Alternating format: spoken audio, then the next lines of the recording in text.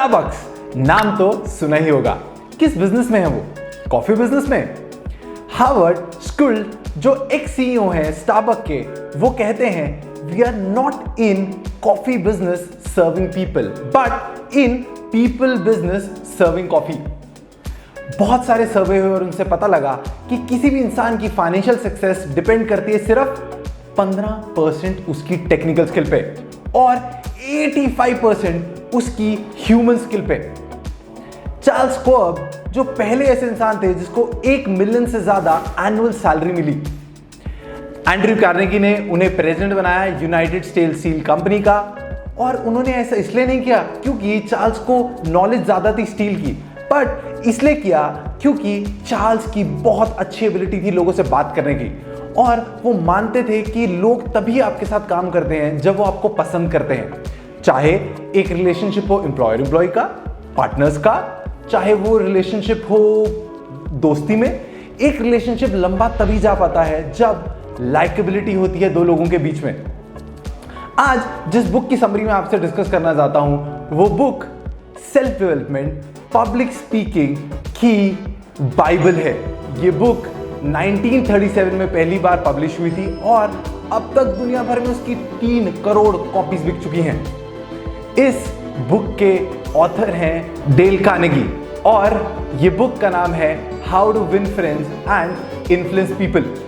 Carnegie की death 1955 में हो गई थी, पर उनके रिटन मटेरियल, उनके सेमिनार्स आज भी लोगों को उतने ही हेल्प करते हैं, चाहे कोई स्टूडेंट हो, प्रोफेशनल हो, एंटरप्रेन्योर हो, कोई भी। अब उनकी इस बुक में बहुत सारे ऐसे प्रिंसिपल्स हैं जो ह्यूमन स्किल के बारे में बात करते हैं, पर आज मैं इसमें से आपके साथ 5 ऐसे प्रिंसिपल शेयर करूंगा जो आपकी लाइकेबिलिटी बढ़ा देंगे। So there are lot of thoughts brewing in my head, let's get started. जब शादी की कोई एल्बम आती है या ग्रुप फोटोग्राफ आती है तब सबसे पहले किसकी फोटो ढूंढते हैं? खुद ही की ना?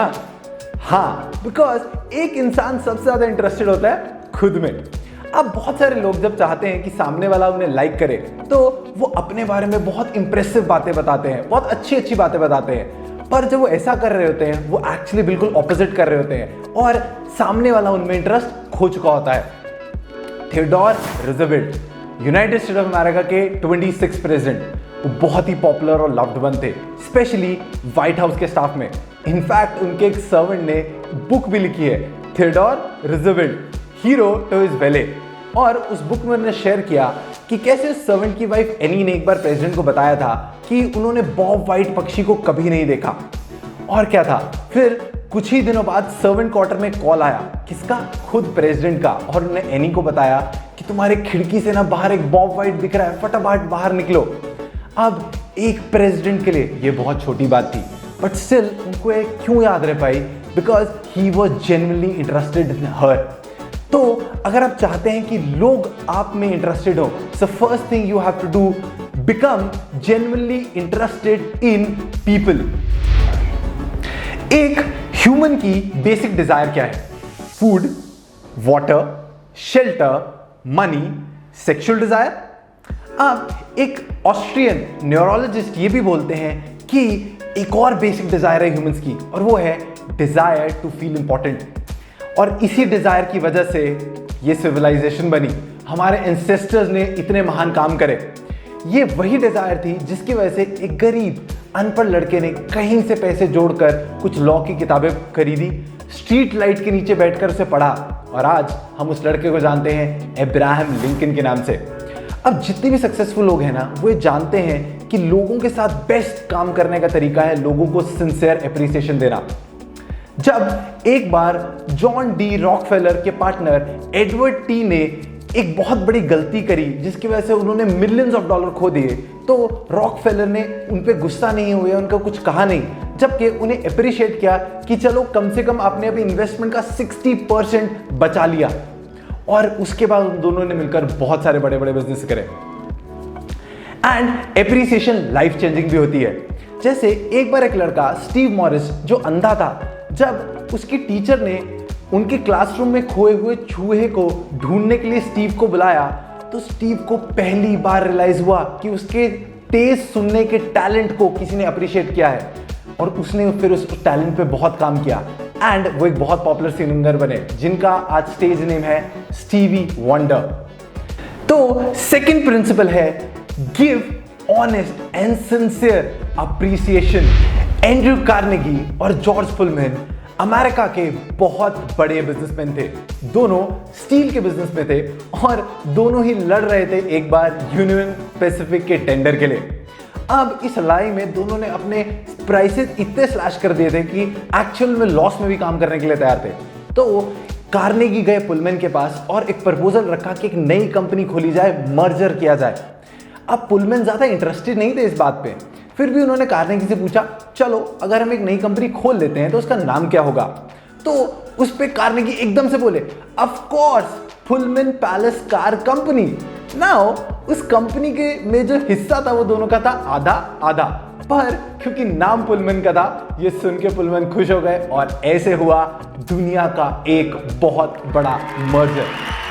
हम सबको दूसरे के मुंह से अपना नाम सुनना बहुत पसंद है, पर पता है बहुत लोग प्रोनाउंसिएशन ही ठीक नहीं लेते, या फिर तुम्हारा नाम क्या था, हम कभी तो मिले थे, राइट। बट वो ऐसा इसलिए करते हैं क्योंकि वो इस पे कभी ज्यादा ध्यान ही नहीं देते। इनफैक्ट नेपोलियन द थर्ड एक टेक्निक यूज करते थे लोगों का नाम याद रखने के लिए। जब वो उनसे पहली बार कॉन्वर्सेशन करते थे तो वो बार बार उनका नाम लेते थे और उनके नाम की स्पेलिंग भी उनसे पूछते थे सो दैट उनको ये नाम याद रह पाए। इस बुक का प्रिंसिपल 3 है remember the person's name because it is the sweetest sound to him in any language. एक बार न्यूयॉर्क टेलीकॉम कंपनी का पाला पड़ा एक बहुत ही खतरनाक कस्टमर से जिसने अपने पुराने बिल नहीं पे करे, कंपनी पे लॉ सूट करा और अखबारों में पता नहीं क्या क्या कंपनी के बारे में नेगेटिव बोला। अब उससे डील करने के लिए कंपनी ने अपने सबसे बेस्ट ट्रबल शूटर लैरी को भेजा जो ऑथर के स्टूडेंट भी थे। अब लैरी उस कस्टमर से मिले 4 बार और चारों बार कस्टमर ने लैरी को बहुत भला बुरा कहा, कंपनी को गाली निकाली और अपनी सारी जो भी भड़ासती निकाल दी। एंड लैरी ने पता क्या किया, चुपचाप सिर्फ उनकी बात सुनी एम्पैथेटिकली एंड कंपनी के डिफेंड में कुछ भी नहीं बोला। इन 4 मीटिंग्स का क्या फायदा हुआ, वो दोनों बहुत अच्छे दोस्त बन गए। इनफैक्ट उसने अपनी सारी कंप्लेंट्स वापस ली, न्यूज़पेपर में उनके बारे में अच्छा बोला और अपने सारे पुराने बिल भी पे कर दिए। ऐसा क्यों हुआ? बिकॉज कस्टमर लड़ना नहीं चाहता था, बस वो चाहता था एक ऐसा इंसान मिल जाए जो उसकी बात सुने। आज बहुत सारे लोग हैं जो हमें बहुत कुछ बताते हैं, हमारे एम्प्लॉयर्स, हमारे दोस्त, बट बहुत कम लोग हैं जो एम्पैथेटिकली हमारी बात सुनते हैं। So our 4th principle is be a good listener, encourage other people to talk about themselves. Edward Charles जो एक बॉय स्क्वाड को लीड करते थे, वो चाहते थे कि उनके ग्रुप का एटलीस्ट एक बच्चा यूरोप जाए एक बड़े इवेंट में पार्टिसिपेट करने। अब इसी की फंडिंग के लिए वो मिलने गए कंपनी के प्रेसिडेंट को। अब उनको मिलने जाने से पहले उन्होंने थोड़ा सा उनके बारे में रिसर्च किया और उनको पता लगा कि उस प्रेसिडेंट ने कुछ ही दिन पहले $1 मिलियन का एक चेक लिखा था जो उस टाइम के लिए बहुत बड़ी बात थी। एंड वो चेक कैंसिल भी हो गया था और उन्होंने उस चेक को फ्रेम करके अपने ऑफिस में लगाया था। अब जब वो उन्हें मिलने गए तो उन्होंने प्रेसिडेंट से सीधा ये बात नहीं करी कि वो फंडिंग के लिए आए हैं, पर उन्होंने उस चेक के बारे में बात करना शुरू किया जिसको प्रेसिडेंट ने बहुत इंटरेस्टेडली सुना। उन्होंने उन्हें वो चेक दिखाया और उन्होंने खूब सारी बातें करी। फिर प्रेसिडेंट को एकदम से याद आया कि अरे आप मुझसे मिलने क्यों आए थे। तो एडवर्ड ने बताया कि वो चाहते हैं कि उनका एक बच्चा यूरोप जाए तो उसकी फंडिंग के लिए वो आए हैं। अब तब तक प्रेसिडेंट और वो बहुत अच्छी बातचीत कर चुके थे, तो प्रेसिडेंट ने एक नहीं 5 बच्चों को यूरोप पे स्पॉन्सर किया, वो भी एडवर्ड के साथ 7 हफ्तों के लिए। अपने यूरोप ब्रांच के प्रेसिडेंट का नंबर दिया किसी भी मदद के लिए एंड पर्सनली पेरिस गए उन बच्चों और एडवर्ड को पूरे पेरिस घुमाने के लिए। हाँ, और ये सब कुछ इसलिए हो पाया बिकॉज एडवर्ड ने थोड़ी सी मेहनत करी, थोड़ी सी इंटरेस्ट लिया सामने वाले का इंटरेस्ट जानने के लिए। So our last principle is talk in terms of other person's interest. मैं रिकमेंड करूंगा कि आप ये बुक जरूर पढ़ें। इनफैक्ट इसके प्रिंसिपल्स को अपनी लाइफ में जरूर इस्तेमाल करें।